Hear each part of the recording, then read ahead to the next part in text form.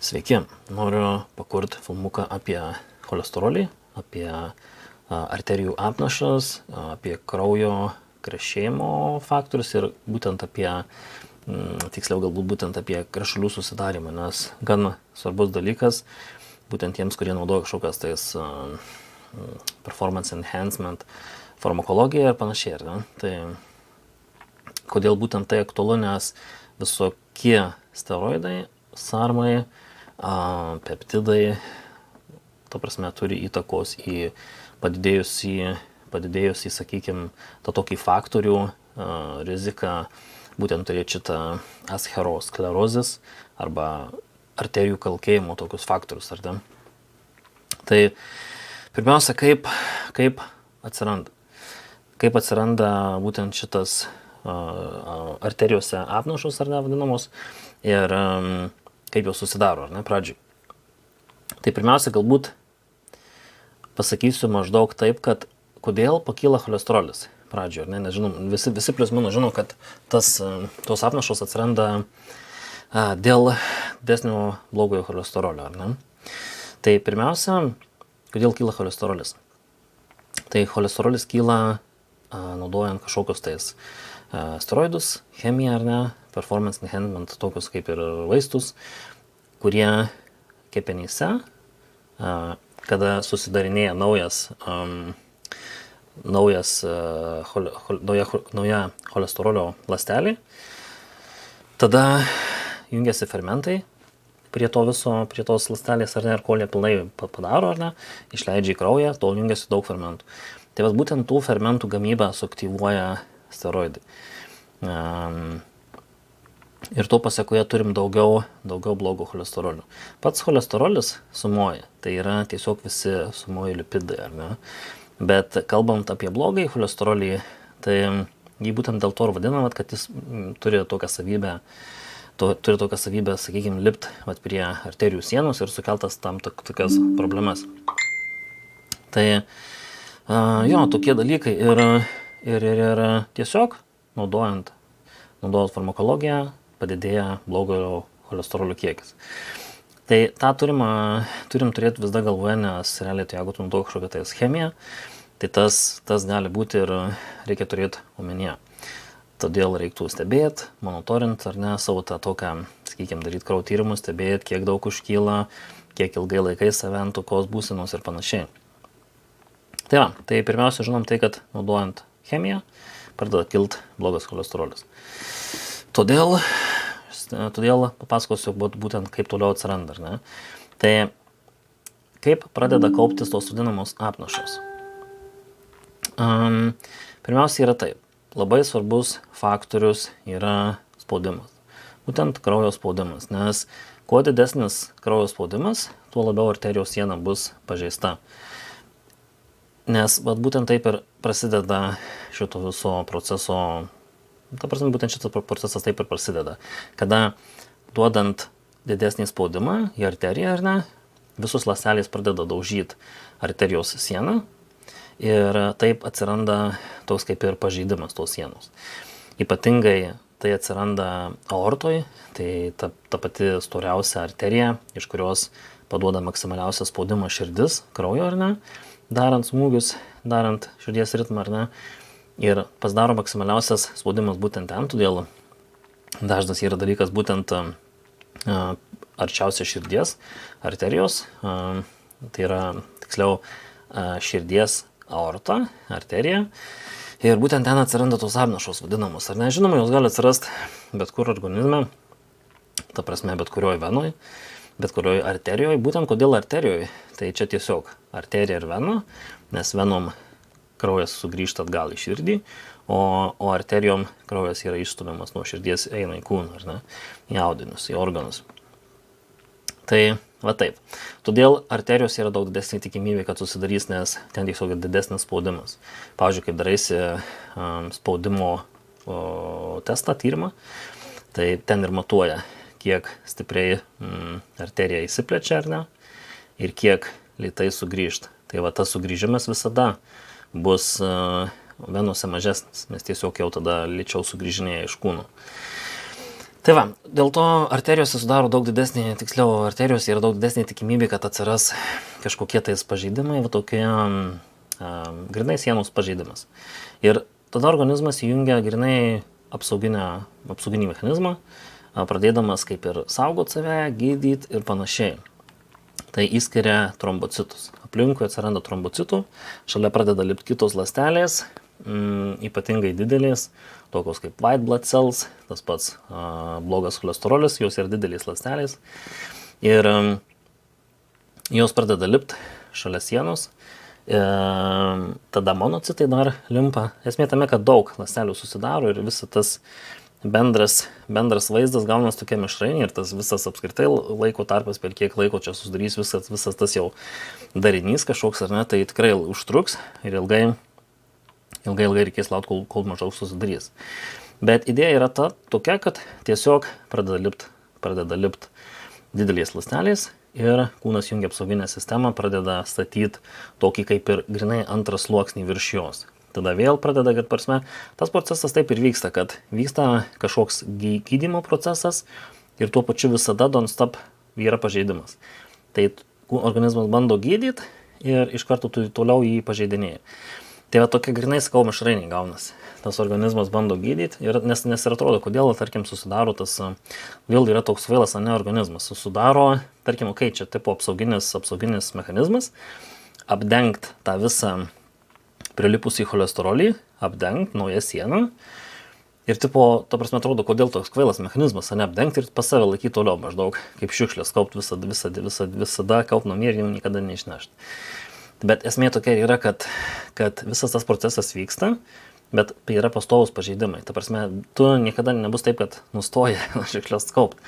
Esmė tame, kad pažeidimas visada vyksta ir gydymo procesas visada vyksta, visada non-stop.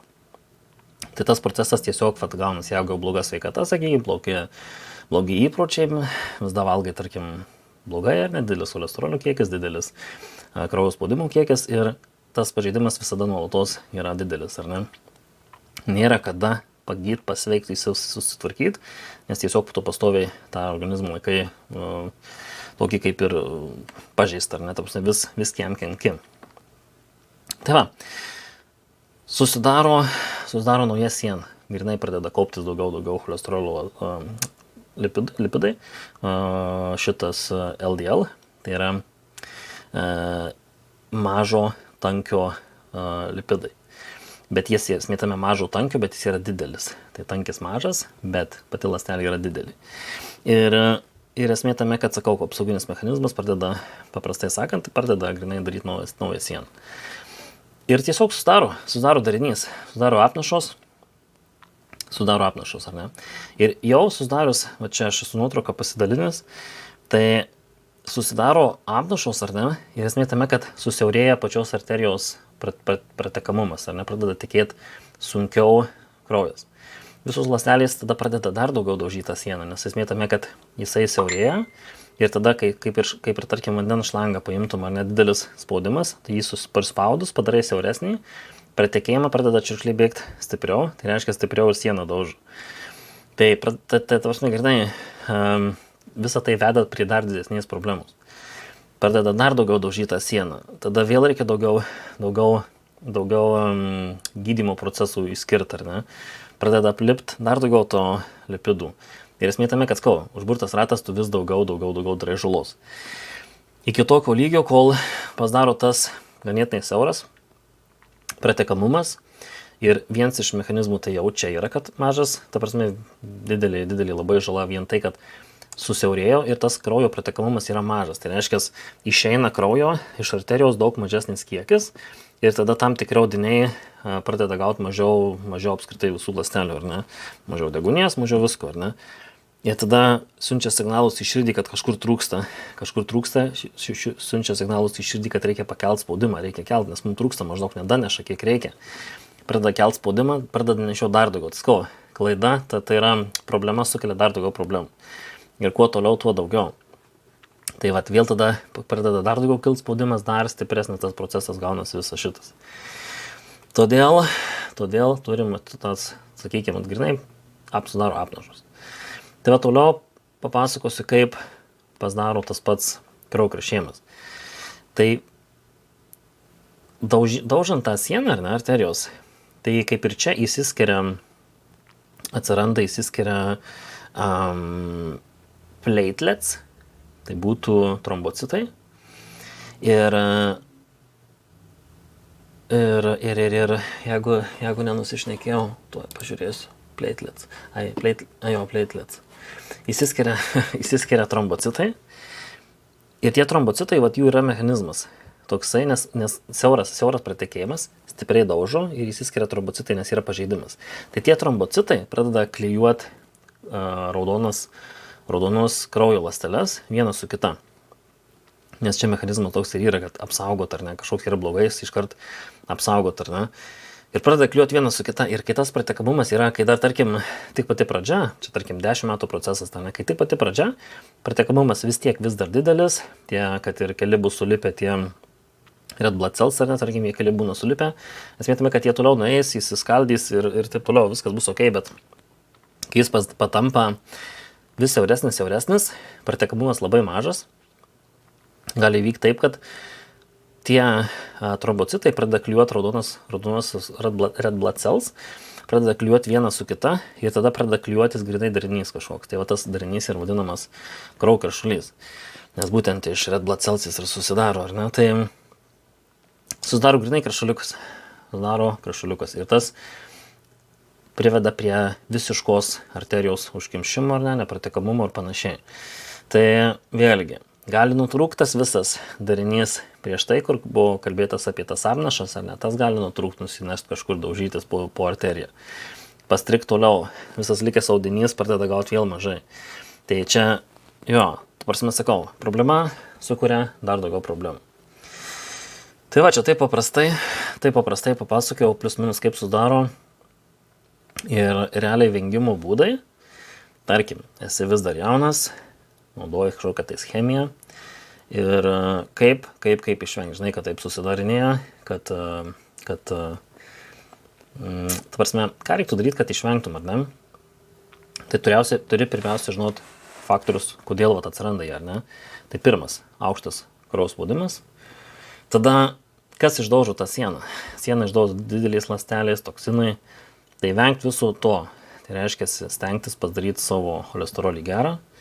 Stengtis red blood cells, nes irgi didelė labai ląstelė, white blood cells, kad nebūtų per daug kažkokių virusinių, uždegiminių ir panašiai. Stengtis laikyti save kiek įmanoma sveikesniam tokiam terpėje būsenų, ar ne? Tai visus tos faktorius susižiūrėti, kad viskas būtų kiek įmanoma arčiau normos ribos. Ypatingai kas naudoja testosteroną, steroidus kažkokius, sarmus ir jeigu gerom dozėm. Visi kels kažkiek cholesterolį, ar ne? Ir būtent jis turi tą tokią savybę labiausiai kauptis. Tai va, tai tokie dalykai. Tai išvengti, grinai vengtų pagrindinių faktorių, tada galbūt papildais arba vaistais, tai vėlgi cholesterolio susidarimas. Yra fermentai, kurie augina kepenyse tą cholesterolio ląstelę, kol išleidžia pilnai į kraują. Tai yra vaistai statins, tai būtent juos galima naudoti, kad tą fermentą mažint, neleist jungtis ir neleist prigaminti tiek daug cholesterolio į kraują. Tai tiesiogiai sumažės kraujo kiekis cholesterolio. Tada galima mažinti kraujo spaudimą su beta blokatoriais, kitais vaistais galbūt, kurie lėtina širdies ritmą, ar ne? Širdies ritmą, patį spaudimą ir panašiai. Tai arba vėlgi naudot kažkokią tais tam tikrus preparatus, chemiją, steroidus, vaistus, kurie daro mažesnį tą spaudimą. Pasirinkti, tarkim, sveikesnius. Tada dar yra gan neblogas iš natūralių, tai toks yra natokinase, natokinase, man atrodo angliškai, natokinase. Tai jie iš natūralių galima paleisti. Visai neblogas, beje, čia toks jau kaip papildas gaunasi. O iš jo daromas K2 vitaminas. Tai to K2 galime dadėti, tikrai geras dalykas. Grinai padeda tą susidarusį cholesterolio kiekį, pradeda mažinti ardyti. Tai yra tas apnašas, grinai pradeda mažinti apnašas. Tai pakelk grinai dar to K2 vitaminų yra kelios formos, MK7, MK4, man atrodo, jei gerai atsimenu. Bet tiesiog paieškokit su K vitamino apskritai gerom dozėm. Ir jo, galima to nato kinazo pasimti papildais, grinai skaitosi kaip natūralus papildas. Ir saugo kiek įmanoma šitus visus procesus. Bet žinoma, didžiausią pliusą padarys sumažintas kraujo spaudimas. Čia bus jau labai, ta prasme, jeigu tavo kraujo spaudimas bus normose, tada tikrai galima išvengti daug problemų. Bet vėlgi, kraujo spaudimas darant treniruotę tikrai būna aukštas ir labai būna aukštas. Tai tarsi tu neišvengsi, jeigu tu sportuoji, naudoji chemiją, tai faktas, kad sportuoji. Tai tas spaudimas tikrai bus aukštas mažiausia treniruotės metu. Tai neužtenka tik tais kažkaip bandyti reguliuoti spaudimą, nes tu jį tik aukštą kažkada turėsi. Todėl reikia stebėti būtinai cholesterolį, pridėti papildų, kad būtų stiprios tos arterijos, mažinti kiek įmanoma toksinų kiekį, mažintas didelės ląsteles tokias, kaip nes tikrai nuo chemijos kyla ir red blood cells, geras kiekis pakyla, kyla tas pats cholesterolis blogas ir panašiai. Tai stengtis kiek įmanoma daugiau tvarkingai šitą visą padaryti reikalą, kad tos apnašos nesusidarinėtų apskritai. Tai va, šiam kartui būtų tiek, galbūt taip paprastai apie apnašas arterijose, kaip išvengti ir kiek įmanoma sveikiau visą šitą reikalą daryti. Tai va, manau, šiam kartui bus tiek ir iki.